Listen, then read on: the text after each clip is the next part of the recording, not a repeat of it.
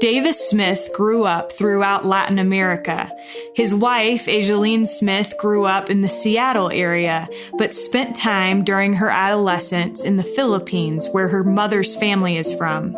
Seeing the poverty that exists around the world inspired both Davis and Asialene to start a company with a social mission at its core. The outdoor gear company Cotopaxi is the first company to incorporate from inception as a benefit corporation. What does this mean? A benefit corporation is a traditional corporation with modified obligations committing it to a higher standard of purpose, accountability, and transparency. These companies are committed to creating public benefit and sustainable value in addition to generating profit. The Smiths recently bought back one of the first companies they started, pooltables.com, with the intent of proving that any business can be converted to a B corporation. They are, without a doubt, a couple that shares a powerful purpose that has allowed them to truly make a difference in the world. Together, they're the parents of 4 children. This is All In, an LDS Living podcast where we ask the question, what does it really mean to be all in the gospel of Jesus Christ? I'm Morgan Jones, and I am so excited to have Davis and Asialene Smith with me today. Welcome. Thanks, Morgan. Thank you for having me in your cool store. Yeah, well, this is exciting for us to do this together, too. We don't get to do this very often together, so I'm excited about it. Thank you. Well, I've been so excited. I interviewed you, Davis, like 6 years ago, 5-6 years ago. And so as I was prepping for this interview, I went back and read that article, but then I listened to a bunch of things that you've done since then, and I learned so much more. So I feel like we've got a lot of ground to cover from the last 6 years. Yeah, we've done a little bit since we last spoke. So, yeah. You've been busy. We have been. Well, I want to start with both of your childhoods, if that's okay. Davis, you had a really unique upbringing, and there are several parts of this that I kind of want to dig into. You grew up in Puerto Rico, Ecuador, and the Dominican Republic because your dad worked in construction for the Church of Jesus Christ of Latter-day Saints.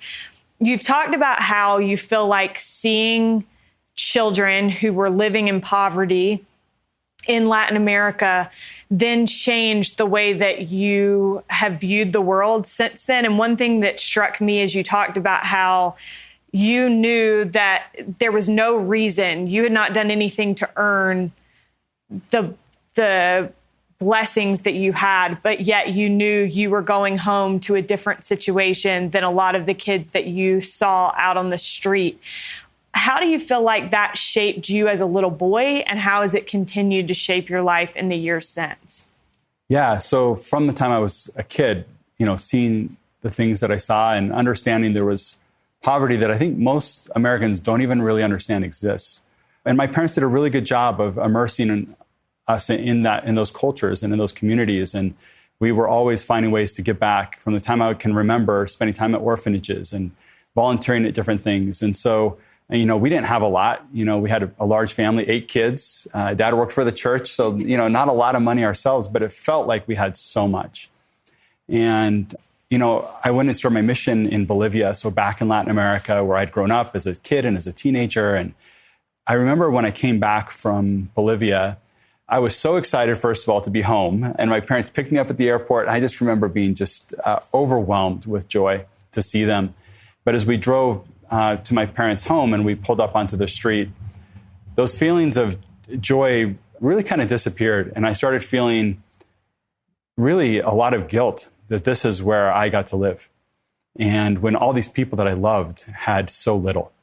And it was an overwhelming feeling. And I remember my mom taking me to go shopping for some school clothes. I was getting ready to go back to school. And I remember going to the dressing room with this stack of clothes and I just started crying in the dressing room thinking, this is crazy.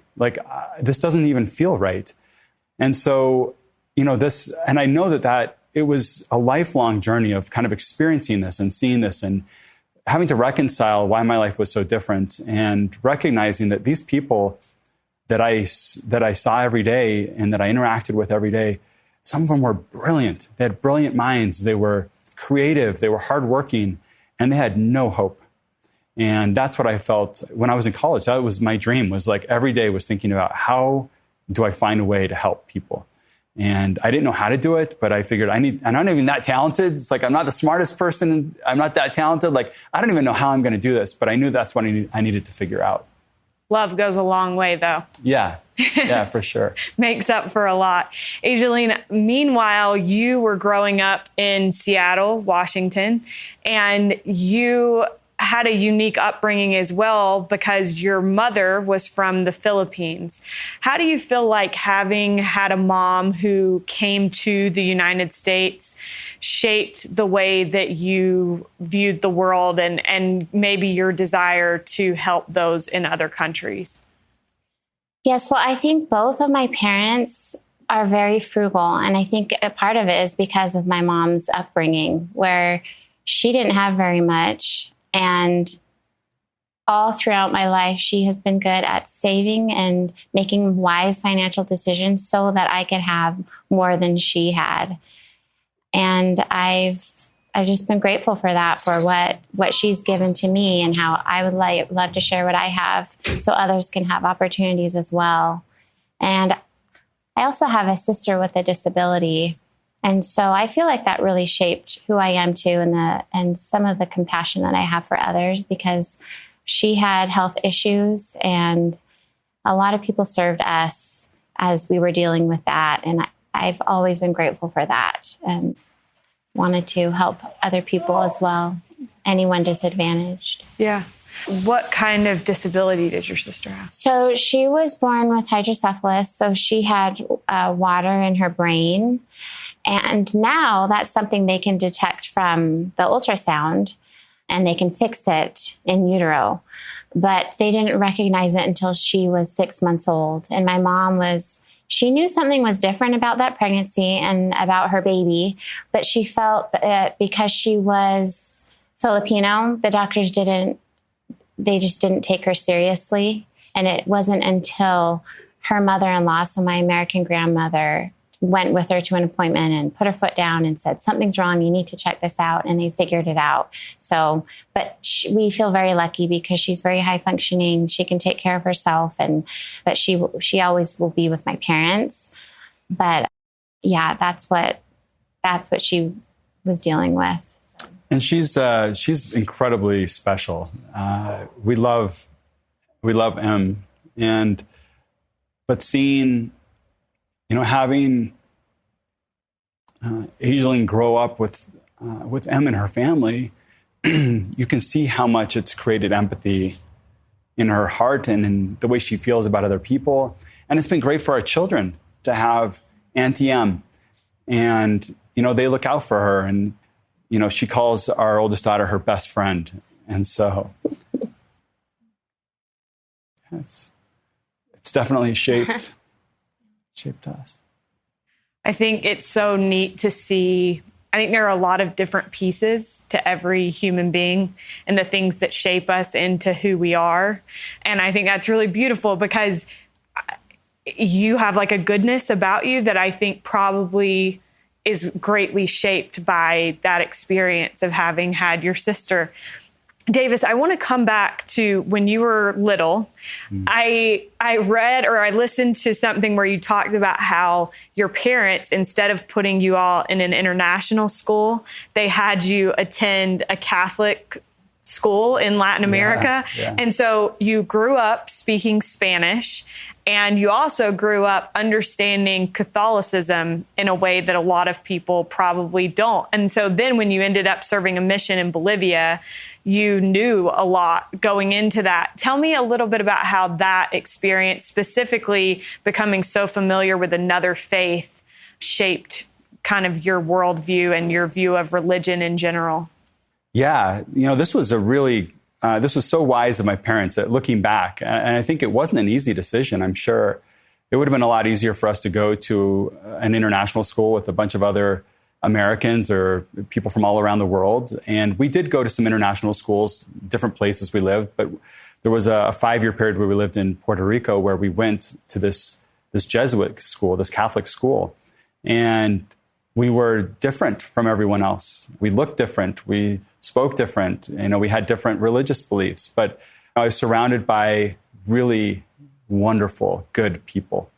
And I had to learn all the prayers, and we went through the first communion training in school, and I got to understand these really important pieces of their lives spiritually that when I was a missionary later on, I understood deeply. And so as I was talking to a family and they were talking about their daughters preparing for the first communion, it's like, oh, I know exactly what that's like. And it just helped me have more empathy and understanding of people.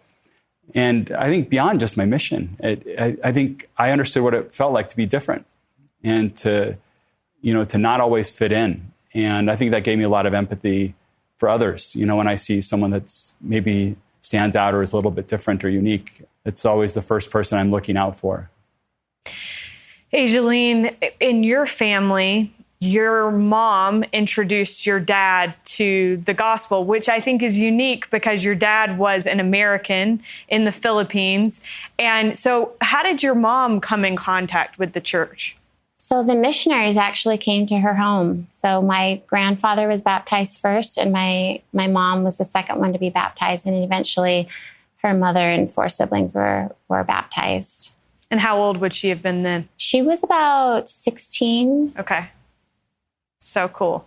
So then, she introduces your dad to the church. Yeah, my dad was in the Air Force band, and my mom lived close to the base. And so at that time, she would go to youth activities, and they were held on base because a lot of the members were American. So her branch president and his wife were American. So she would go on the base for those. And that's how she met my dad. Then they eventually got married in the Philippines. And then he was stationed in Florida. So they moved to Florida. But he didn't get baptized until about 3 years after they got married. But my mom knew. She had dreams about this man she would marry, and she knew that it was supposed to be him. And so eventually he joined the church, and he was super social and happy and friendly guy that the members of the ward were surprised he was getting baptized because he had attended church for so long. They just thought he was a member of the church. They thought he was already. Yeah, and they've just been super committed my whole life.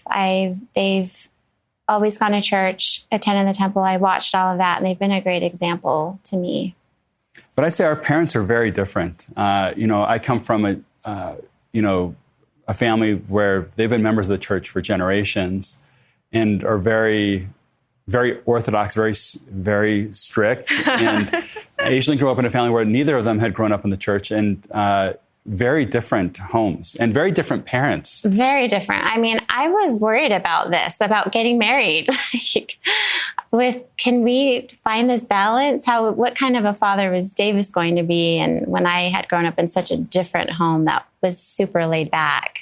Yeah. So how do you do that? How do you make that work when you're coming from 2 completely different backgrounds? Yeah. How do you meet in the middle? And to be clear, I have wonderful parents. Oh, they are amazing. I have learned so much from them. I have taken what they do and used that in my family. So I think just hearing about it from the outside as a young adult, it sounded so strict. Right. But that's because I didn't really have, even just as far as house chores, I didn't have very many house chores. And there were 10 living in their house. So they all needed to have a job around, or 2 or several. But we've definitely found a balance. We do a little bit of both. Yeah. I don't think it's been an issue for us. Yeah, it hasn't. Yeah. I think Asialene's been very patient. And when we got married, our sealer gave us a piece of advice, which was to not criticize each other. And she's been very good at this. And I'm working on it. You have been. You're amazing at it. I think that was one thing that was really important, because especially when you merge 2 people that are very different, or maybe had different upbringings, it's easy to have tension in the way that you might do things. But that just hasn't really been an issue for us. Yeah, you've been really good about it. I want to come back, Davis, if it's okay, to your mission, because I understand that your mission meant a ton to you. As I was listening to you talk about it, I thought about Elder Holland's quote where he says, like, a mission has never meant more to a boy than it meant to me. And when I heard you talking about your mission, I thought, man, he might rival Elder Holland and his love for his mission. So tell me about so you had this kind of a little bit of an advantage coming in because you spoke Spanish. You had grown up in countries that were not entirely different than Bolivia. You go on your mission. Talk to me about how you think your mission shaped and changed you as a person, and also why you think it has led to the things that you've done since then. I love that quote from Elder Holland, and I have felt the same way. It's like, I don't know if anyone could love their mission more than I did. I am obsessed with Bolivia and with my mission. And I talk to my converts probably every week. I have some conversation with one of them. You know, I've gone back quite a few times. Every few years, I try to go back, and we've gone back together, which was a really special experience. Yeah, it was really special. I think one of the highlights of our marriage, honestly, was going back. It was. Together. It was neat to meet all these people I had heard about for like 10 years. We went back probably 10 years into our marriage, and meeting those people and seeing how much love they had for Davis. Yeah. So, you know, it's definitely been one of the grounding forces of my life was that experience, that 2 years. And like you said, it wasn't a huge shock. You know, the language, I was lucky that I knew the language going down, but it definitely opened a part of my heart that I didn't even know existed. Just a love for the people, just a desire for them to be happy, recognizing, this is one of the poorest countries in the world, the second poorest country in the Western Hemisphere. My first area, there were just dirt roads, no telephones, the church building we met in was just a little tiny house. The bathroom was a hole in the ground in the back. Like, that was our church. Like, you shower with buckets. It was a very different experience, and in a lot of ways, very difficult. But I just developed a love for this place and for the gospel and for the church, and seeing the difference that it could make in people's lives. It was really a life-changing experience that continues to shape me. In fact, President Nelson visited my mission when I was there as a missionary. And one of the things he told us was that our converts were our converts for life, and that we had a responsibility to stay in touch with them. And this was back in the days of just like letters. And there's no addresses in Bolivia. You can't send someone a letter, write an address, put a stamp on it, and it get to them. That doesn't happen. So I was worried about, like, how am I going to do this? And, shortly after I got back from my mission, there's like the internet and there's Facebook and all these things that allow you to stay connected. And so I've always tried to follow that guidance that we were given. So cool. So you get home from your mission, and did you start pooltables.com before you met Asialene? No, I started that business when we were married, and we'd recently graduated. We just barely were finishing school as I was like dabbling in these ideas of like starting my own business. And we graduated. The day we graduated, Asialene gave birth to Savannah. Oh my goodness! In the hospital. She came a few weeks early. Yes, and I wasn't due until a couple of weeks after graduation, but she came the day we were supposed to walk, and we were at the time, poor students and frustrated that we paid the $50 for the cap and gown. So we still went and picked them up so that we could get a picture wearing them with our new baby. Yeah, so we wore them in the hospital. That's hilarious. Like, we got to get our $50 or $100 maybe together out of this. I was like, I couldn't believe that was so much money for us. Right, just thrown away. Yeah, and we bought a little tiny home. We graduated, we had this baby, and then we moved into our home that first day. And it was a 2-bedroom, 1-bathroom home. Very, very small. But it was our own little place. And I had been given a job. I had done an internship for a company that offered me a job. But I was starting to dabble in this entrepreneurship thing. And we ended up starting the pool table business within a few months. And I was kind of doing it on the side in the weekends and at night. And at some point, about 6 months down the line, we realized, like, I need to be all in. I need to jump into this thing 100%. And so I quit my job, which was a very scary thing, with a mortgage, with a little baby. I felt I had this family to support. it was stressful, but I really felt guided that that was the path that I needed to take. And you had quite a few people that were willing to kind of invest in your ideas that you were having as well in your family, right? Yeah. Again, we didn't come from money, either of us, but we were very lucky that our parents both had homes, which isn't always the case. And they mortgaged their homes, both of them did, to help us finance the business. And that was a lot of pressure because I knew that they couldn't lose their homes. So I needed to make sure this business worked. And I think sometimes when your back's up against the wall and you know you can't fail, you do whatever it takes. And I felt like that was certainly the case with us. I think that's something that I've been thinking about a lot lately. We had Thurl Bailey on this podcast, and on his episode, he talked a lot about people that had believed in him, and just the idea that when somebody believes in you, it kind of changes things for you. And I always say this podcast, there was a guy that expressed belief in my ability to do something that I had never done before. And so I think there's power in that idea of somebody else thinks that I can do it. How do you think that your parents being willing to make sacrifices and to put their homes on the line because they believed in you two and your ability to succeed, what did that mean to you? I mean, it meant everything. I mean, first of all, I couldn't believe they were willing to do it. It seemed crazy. And looking back, it even seems crazier. At the time, I think I was pretty convinced that we had something really special that was going to work. But there were no guarantees. 92% of all businesses fail. So the chance of this business working was very, very slim. But yeah, the fact they believed really made a difference. Another person I think that, to your point about giving you a lot of confidence, there was a man named Steve Gibson, who I met when I was a college student, that the same thing. He saw something in me that I didn't see in myself. And I wanted to work for him. He created this amazing organization called the Academy for Creating Enterprise, where he taught returned missionaries in the Philippines how to get out of poverty through entrepreneurship. And I wanted to work for him. I tried to convince him to let me go help work for him and expand his program to Latin America, where I'd grown up. And he instead told me that I shouldn't work for him, that I should be an entrepreneur. He saw something in me that I'd be able to be a good entrepreneur. And that gave me a lot of confidence in myself.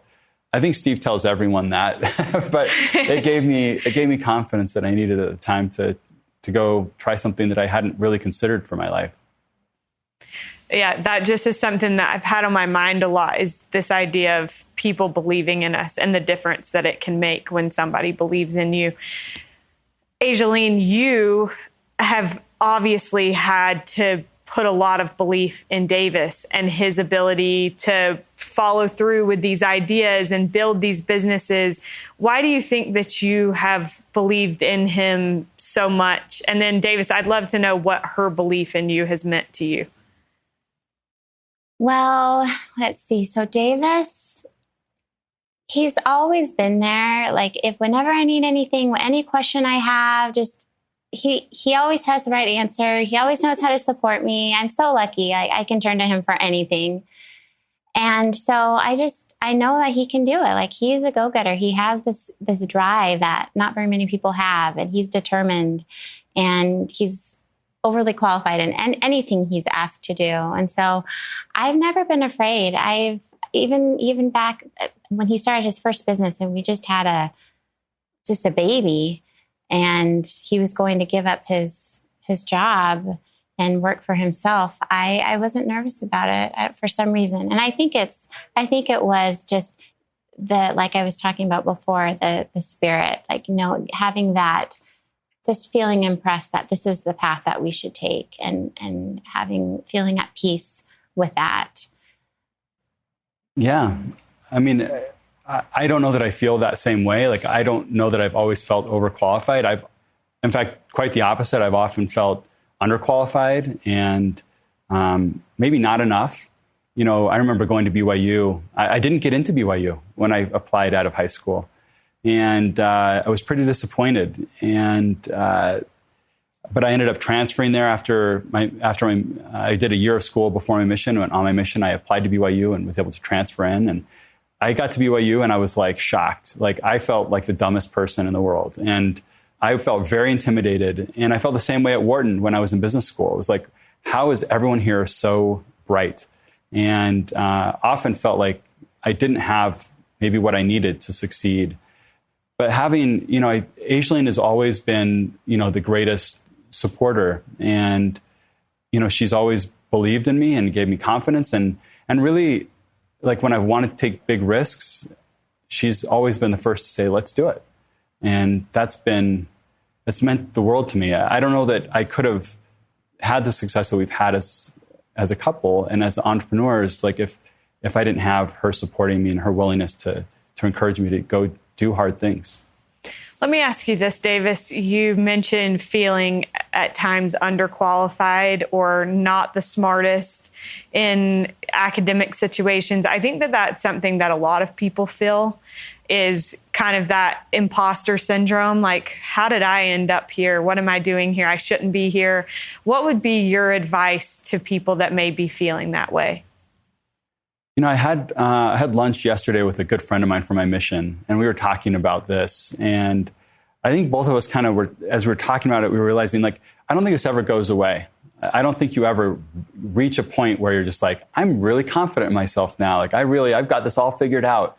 I think it's just part of being human is just understanding that you're gonna feel like not enough a lot in life. And I think the biggest piece of advice I could say is, like, don't let that get in the way of trying new things. And I'm oftentimes in situations where it's like I'm the least experienced, or I don't know exactly how to add value, but I show up and I try to learn as much as I can. And even though it's uncomfortable and can be really intimidating, I really enjoy that process of learning and meeting new people and opening my mind to a new way of thinking, and then figuring out ways that I can use whatever talents I have, even though they're not going to be the same talents as everyone else, where I can add some kind of value. Yeah, so there is no way I would have been able to get an internship to Peru or to Grand Cayman if it weren't for Davis, because he pushed me. For me, at the time, I remember saying, I barely speak Spanish. I only took a few years in high school, and it was the easiest class ever. Barely had any homework. And now he wants me to apply for this internship with him where we are speaking and teaching full-time in Spanish to young adults. But he had me go for it. He told me I could do it. We did it together, and I was surprised when we actually got it, because I didn't think I was qualified. Oh, it was so fun. We had so much fun together. It was great, both of those internships. That internship, we had, oh my gosh, so we lived with a really wonderful woman and her two daughters. And the room that we had was infested with bed bugs. It was unbelievable. And we also had no money. And so I remember we'd buy these little packages of Oreos. They had 4 Oreo cookies in it, this little package. And every other day was Oreo day. And we'd split an Oreo. And it was like the highlight of every other day was this Oreo that we'd split. But like looking back, those were some of the most wonderful memories together. Yeah, or we'd go to Blockbuster and rent a movie and then have one package of peanut M&Ms and suck on them and make them last the entire movie. I love that so much. My dad was in law school when I was a little girl, and we lived in this tiny house, and we ate all of our meals at this little tiny table. And we always talked, my brother and I, about how those are like the best dinner memories of our entire lives. We're sitting at this, like, it was like a little kid's table. My parents, me, and my brother would eat all of our meals. But I think it's sweet how like sweet memories can be attached to like a time in your life. And I think it goes back to, kind of this idea that happiness is not necessarily what we may think of it as, and it doesn't equate to wealth or monetary success. So let's talk a little bit about that, actually. So you're in college, you finish, you go to Wharton, get your MBA and an MA as well. Mm-hmm. Is that right? Yeah. And then you decide to start a business in Brazil. So at this point, you've successfully started a couple of e-commerce companies. Is that right? Yeah. I built one company, gone to school, and was looking to do something again. So you go to Brazil, you start a company. How long were you all there? About 3 years. So what was it like? You're kind of starting a young family. What is it like doing that in a foreign country? Well, it was super exciting. I was ready for the change, ready for the adventure. And then we got there and it was a lot harder than I had expected. Every other place we had lived was easy and not too much of an adjustment, but it took about 6 months to feel comfortable down there. But we just immersed ourselves immediately. We made friends, Brazilian friends. We chose a place to live that would allow our daughters to be close to their school and meet other expats and other Brazilian kids. Our ward was super supportive, and it ended up being such a special experience for all of us. Yeah, it was a very hard transition, both for our family. When we first got there, we kind of timed the shipping of a container with all of the things that we needed, our clothes, our bedding, everything was in this container, our mattresses. And we timed it so that it would get there by the time we got there. What we didn't realize is that Brazil was going to hold it for months, and they were wanting a bribe. And we just made a decision as a family and as a business that we would never pay bribes. And so we were living in this little apartment, and we were sleeping. We got an air mattress that we were sleeping on, and it somehow half of it came apart. So it was like a big bubble on one side of the mattress, and then we were squished on the other side. And there's it was freezing. Every night was it was like PTSD. I don't want to lay down and go to sleep because it's so miserable. Because they have almost perfect weather outside where you don't need air conditioning or heat, but it was cement. And we were there in the winter. Buildings. Yeah. So there's no insulation through this mattress. Anyway, it was we were using the same plastic plates over and over, washing them, and they were falling apart, and we were still using cracked. them. Because we didn't want to spend money. Well, it was so expensive. It was more expensive than living in Manhattan. At the time, buying anything in Sao Paulo was crazy expensive. And we're our container is here. Any day we're going to get it. Let's not, we don't want to spend this money. And we were nervous about money because we were starting this new business. And it was just a very complex place to do business as well. Much harder than starting a business in the United States. So how did you decide to start it in Brazil?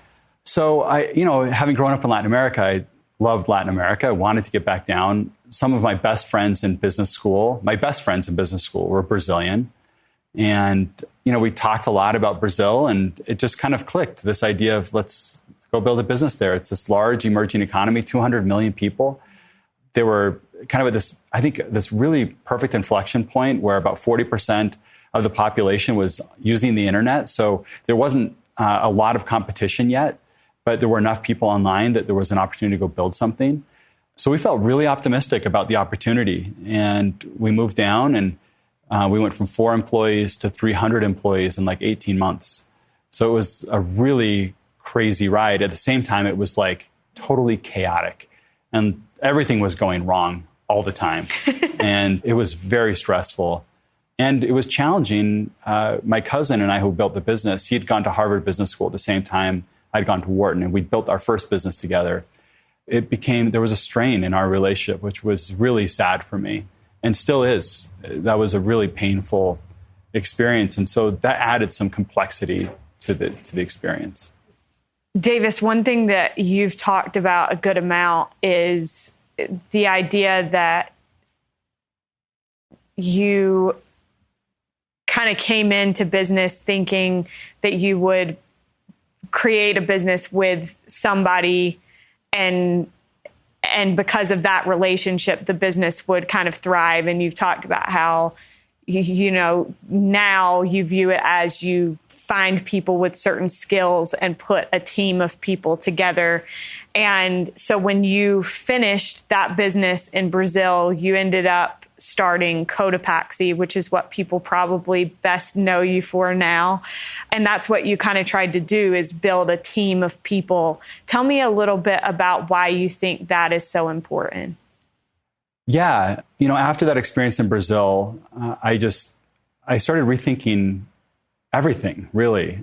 Did I even want to be an entrepreneur anymore? What I really cared about was like helping people. And I was like, I haven't accomplished that. I've been an entrepreneur for 10 years. I haven't figured this out. I was discouraged.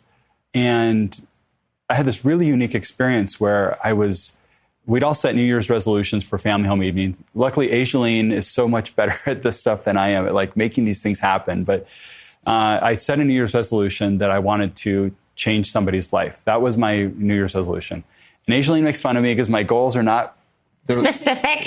That didn't seem very... You're supposed to have goals that are like smart, I guess, like specific, measurable, attainable. I can't remember all of them, but my goals are not very good. And Asialene always reminds me that I need to be more specific or whatever. But it was very broad, but I had this vision of like, I wanted to change somebody's life that year.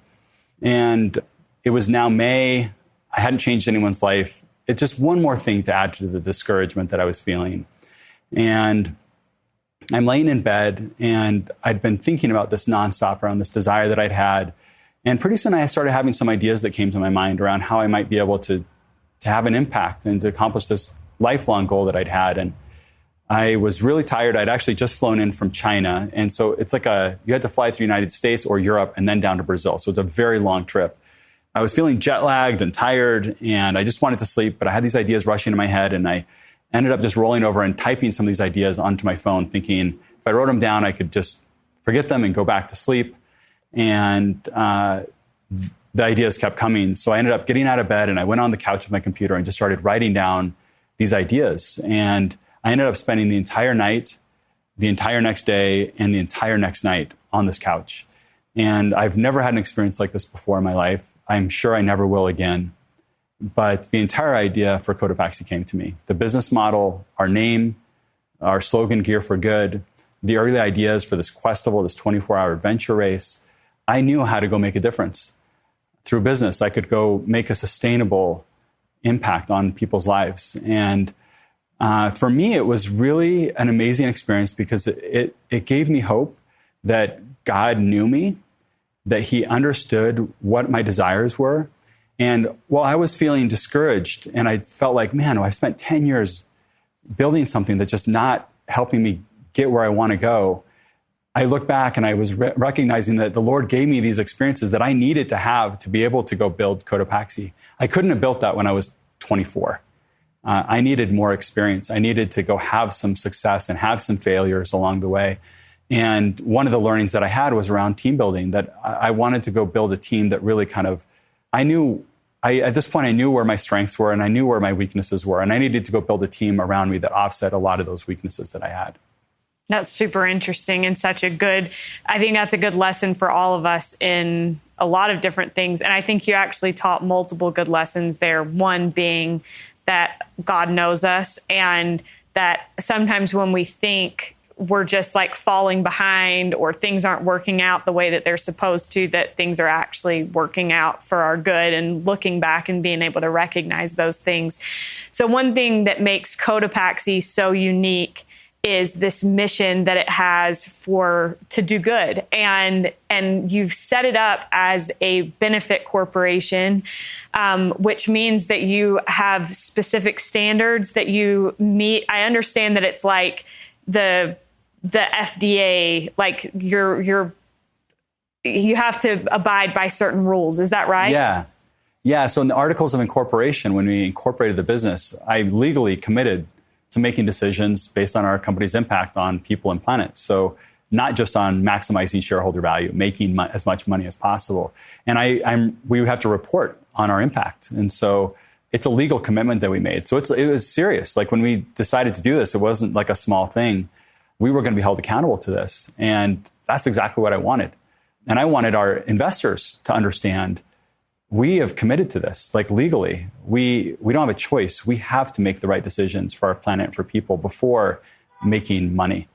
And so I think that was a really important decision, because when I went out to Silicon Valley to go fundraise for this business, it was nothing but a PowerPoint. It was just a vision of what I had. We hadn't sold anything. We hadn't made a single product. And I had to go convince investors to give us money to go build this. And a lot of investors, I pitched over 100 VCs and angel investors. And most of them were no's. But there were a few that believed in us and that understood why I was building it. I always led first with our mission, why I was starting the business. And we had a woman named Kirsten Green that was the first believer in us. And she wrote a big check to back our business. And then a few others followed in that round because they saw that we had a great lead. And our second round of funding was led by another woman named Ellie Wheeler.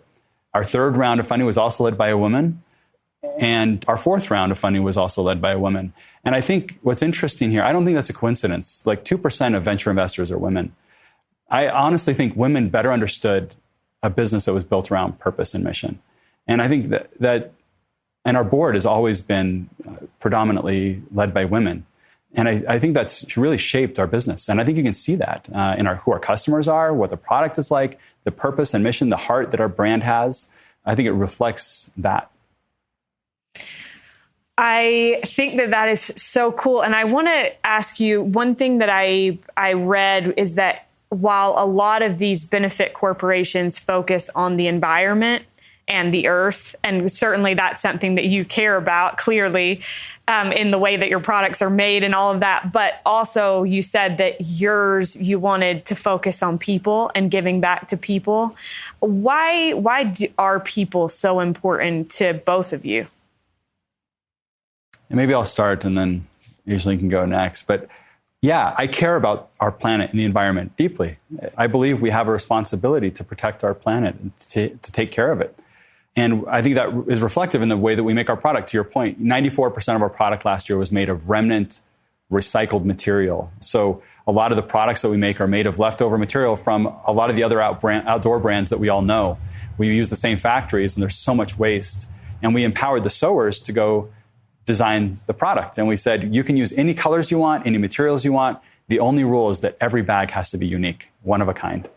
And so that was really powerful because it not only tied, to this mission of like protecting our planet by manufacturing better and more responsibly, but it gave a voice to someone that was voiceless, that these really talented artisans and craftsmen that never had a choice in creating before. They were sewing what people like us told them to sew. And we believe they had more in them. And so that's been a really special part of the business. But yeah, I mean, for me, protecting the environment is table stakes. You have to do that. That's not a choice. You have to do that right. But I wanted to go beyond that. I wanted to focus on people. And other outdoor brands, or a lot of outdoor brands, are focused on the environment. But no other outdoor brand is focused on people and on lifting people out of poverty. And, we can't protect the planet if we have people living in squalor. We have to do these things together. Yeah, and I feel like I have been so blessed in my life with wonderful people wherever I've lived, and with my family and friends. I've always felt that support and love. And I would hope that everyone can feel that everyone would have someone that they can turn to have the support, to have the opportunities that I've had. I especially have a soft spot in my heart for children. And so anything having to do with children is like my priority. But if any disadvantaged children out there, whatever needs to be done, there's enough of us that we can all do something to help make a difference in a child's life. And Asialene's so passionate about this. I'd say we rarely fight, but we have fought at times. And I think the last time we had an argument was actually about giving. She was pushing me to do more. And I was like, what do you mean? Like, my entire life is focused on giving. And she is like constantly pushing me that we should do more, that we need to give more. And I think that's been really helpful for me because it's something that I've always cared deeply about, to have someone else that's like pushing me and saying, it's like, we haven't done enough. Like this, you can't feel satisfied with what we've done. We need to give more than we have, I think has been really helpful. I think that's remarkable. I wanted to ask you, so Davis, when we spoke 5 or 6 years ago, you told me a little bit about this refugee thank you note program that Cotopaxi has, where when people receive a package in the mail from Cotopaxi, it includes a thank you note from a refugee. I wondered if you could first tell people how that program works, because I think it's a great example of what you do and ways that you give back. But I also recently saw on your Instagram this picture of a girl who had been part of that program who recently graduated from the University of Utah. And I just thought it was so cool because like 5 or 6 years ago when you and I spoke about that, she wouldn't have even been in college. So tell me a little bit about how that program works, and then maybe we'll have Asialene tell us exactly what happened with that particular story. Yeah, when we started the business, I actually would write handwritten thank you cards to all of our customers because I just felt it was important. I wanted them to know how much it meant to me that they were supporting us. That couldn't last very long, obviously. Not super sustainable. It wasn't very scalable. I only had a certain amount of time, and I asked my team if they would be willing to help us write some for a little while. And one of our interns from BYU, she said, Davis, I know how passionate you are about refugees. What if we had a program where we had refugees help us write these cards and we could pay them? And I was just like, that is the most brilliant idea. I love this idea. So within the first few months of our business, we started working. We created a job club where newly resettled refugees could get a job with us. And our team volunteered to teach them how to create a resume and how to do a job interview and help them get on their feet. And they'd write these thank you cards, and they'd write them in their native language since they were still learning English. I remember the first session we did, we were kind of working with these different refugees, explaining what we needed done. And they spent a few hours, together writing these cards. Now they can do it anywhere. They can do it at home. And a lot of moms do it. They have children. They've just been resettled here. And it's a way they can help support their family. The second time we had the session, we had some of these refugees come back and they're like, hey, we're excited to do this again, but this time you have to pay us. And it was like, oh, like we did pay you. We gave you those checks. And one of them said, no, I took that check to the store and I tried to buy food with it. They wouldn't take the check. And it was like, oh my gosh, like they don't even understand that there's a bank. You have to go deposit a check in a bank. Right. And it was just like, we had to rethink everything. It was like, wow, like these people are coming here with like no understanding of how our lives work. And it was really humbling. And so that's been a really special experience. And one of the first people this brother and sister were doing this card writing program. And I would always go and participate. And I met these two young brother and sister. I think they were 17 and 16, Fiston and Jolly. And I'd seen them there a few times, and I was just chatting with them. And I said, well, tell me about your parents. Like these were by far the youngest people in the program. And I was like, tell me about your parents. Like, what are they doing? And they said, we don't have parents. And it was like jaw dropping, like, wait a second, like, what do you mean? And they told me there were 6 siblings in their family. And this is a family that we've ended up getting to know quite well. And yeah, so Jolly just recently graduated from the University of Utah. I believe she was Student of the Year. Yeah. And they've just come so far. They've used all the resources here in Utah so that they could be where they are today, and they're helping others in their own way. Fiston was 14 when he escaped from Congo, and he led his 5 siblings to Uganda. And they entered a refugee camp there, lived there for a few years, and they were fortunate enough to be resettled here in Salt Lake City. And when they came here, they had to be foster children for some time. And I believe they were split up. And then eventually Fiston was able to take all of them in and care for all of them. But all 6 of them have now, the youngest just graduated from high school. The one that was 4 when they walked from Congo to Uganda, she just got accepted at the University of Utah, full scholarship. So all 6 of them have gone to college now. They are the most inspiring kids. And some of them are some of the same age as like our kids. So like we've loved spending time with them. And the amazing thing is they're doing these fantastic, incredible things. They have these goals of like being attorneys and doctors and other things. And they have nobody. They don't have like a neighbor that's helping them get an internship. They don't have like an uncle that was like a doctor or something that inspired them. They came from absolutely nothing. They drank out of rivers and ate food on the ground to survive as they were walking from Congo to Uganda. And to see that this is what they're doing, this is why refugees are so inspiring.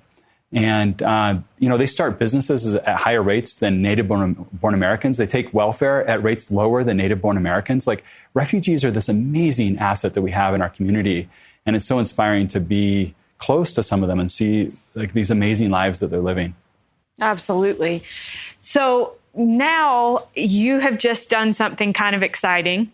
You initially, the first business that you ever started was you started a website called pooltables.com. Billiards.com, was it? Yeah, we have both of those domains. Okay. Yeah, pooltables.com. Uh-huh. And so that was your first business. You just recently bought it back with the intent of turning that into a benefit corporation as well, with the goal of showing that any kind of business can be a benefit corporation. Tell me a little bit about the vision that you have for this going forward and why it's so exciting for you. Well, I talked earlier about Steve Gibson and this inspiring figure he was for me. And that's really what pushed me to go start my first business. And when we started that business, I actually had dabbled in a couple other ideas before starting the pool table business with ideas that had social impact connected to the business model.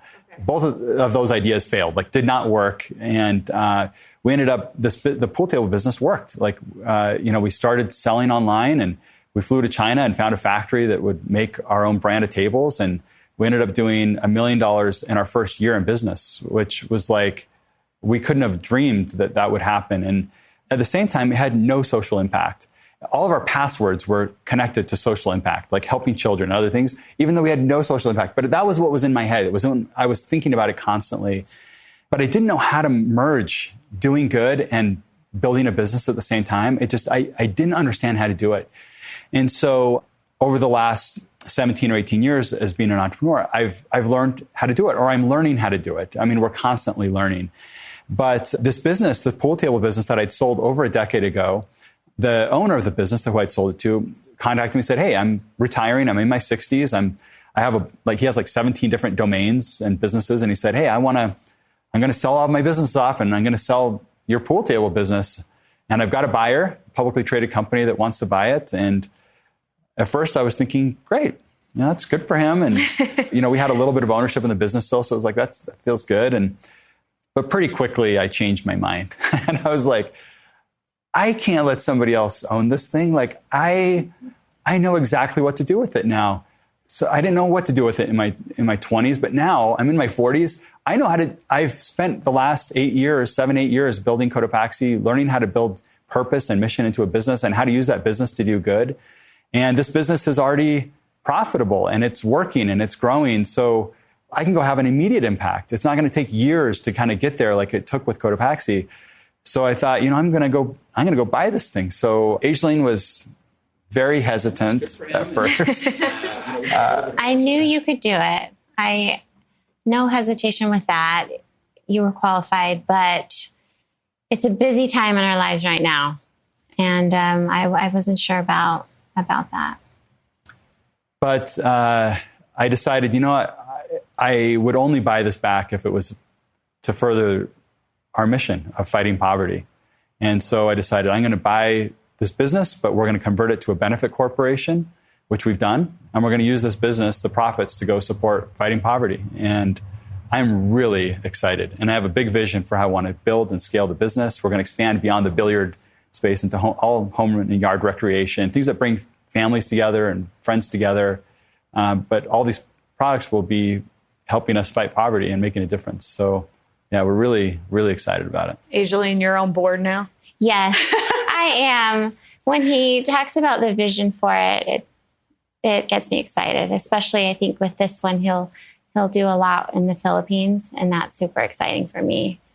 Yeah, it'll be good. Kind of full circle. Yeah. In multiple ways. Yeah. That's cool. Really neat. Yeah. I just have two last questions for you. One, I loved, you were on Guy Raz, How I Built This, and he has his famous question at the end of every episode of his podcast where he asks, do you think your success is the product of hard work or luck? And you said, and I loved your answer, you talked about how you think that, yes, hard work plays into it, but that more than anything, it was luck and essentially being blessed to have been born where you were born, blessed to grow up the way that you grew up, blessed to be born in the time in which you live, because you said you probably wouldn't have thrived as much with your skill set 200 years ago.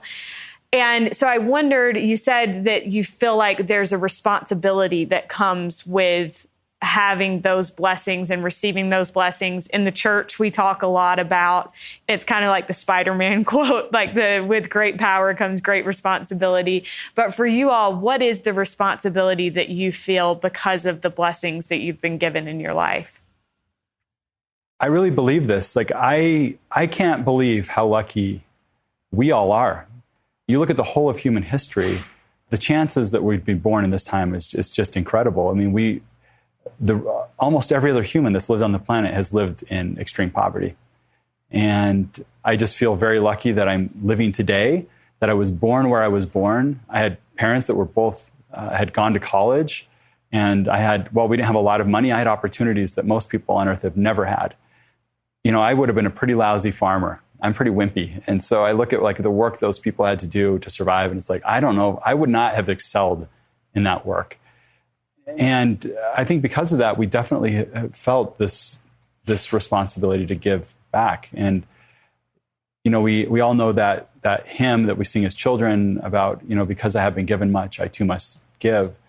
We believe that. But I think it needs to go beyond just because I have a lot, I'm going to give. For me, this is really a lifelong pursuit. I feel like I could never repay the debt that I have. No matter what I give, it's never going to be too much. It's never going to be enough. And so that's really how we think about it, is we have this great debt to pay, and we're going to use our entire lives, wear out our lives in finding ways to give and serve others.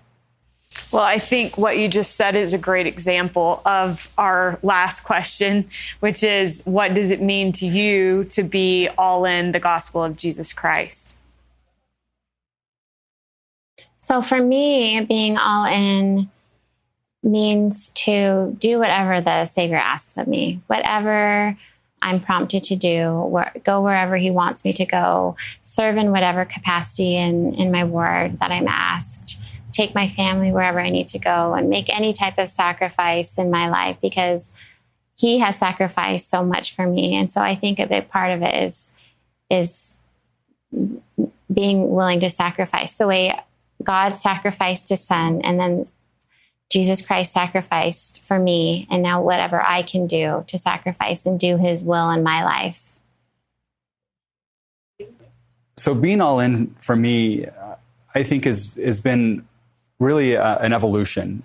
I think when I first started my career, I thought, I needed to, this is my professional life and this is my spiritual life. And what I've learned over time is that to be my authentic self and to be my whole self, which is something we talk a lot about these days, is like people being able to be their authentic self or their whole self in the workplace.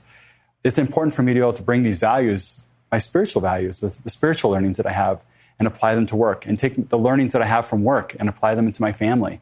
How to lead a great organization and create great culture. I can apply that in my family.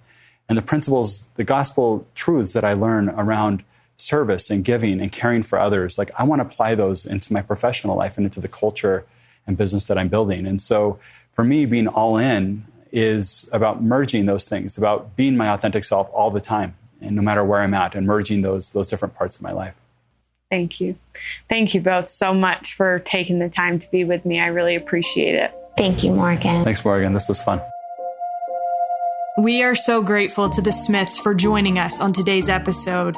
You can see Davis and Asialene on the KSL All In special, which we will link in our show notes.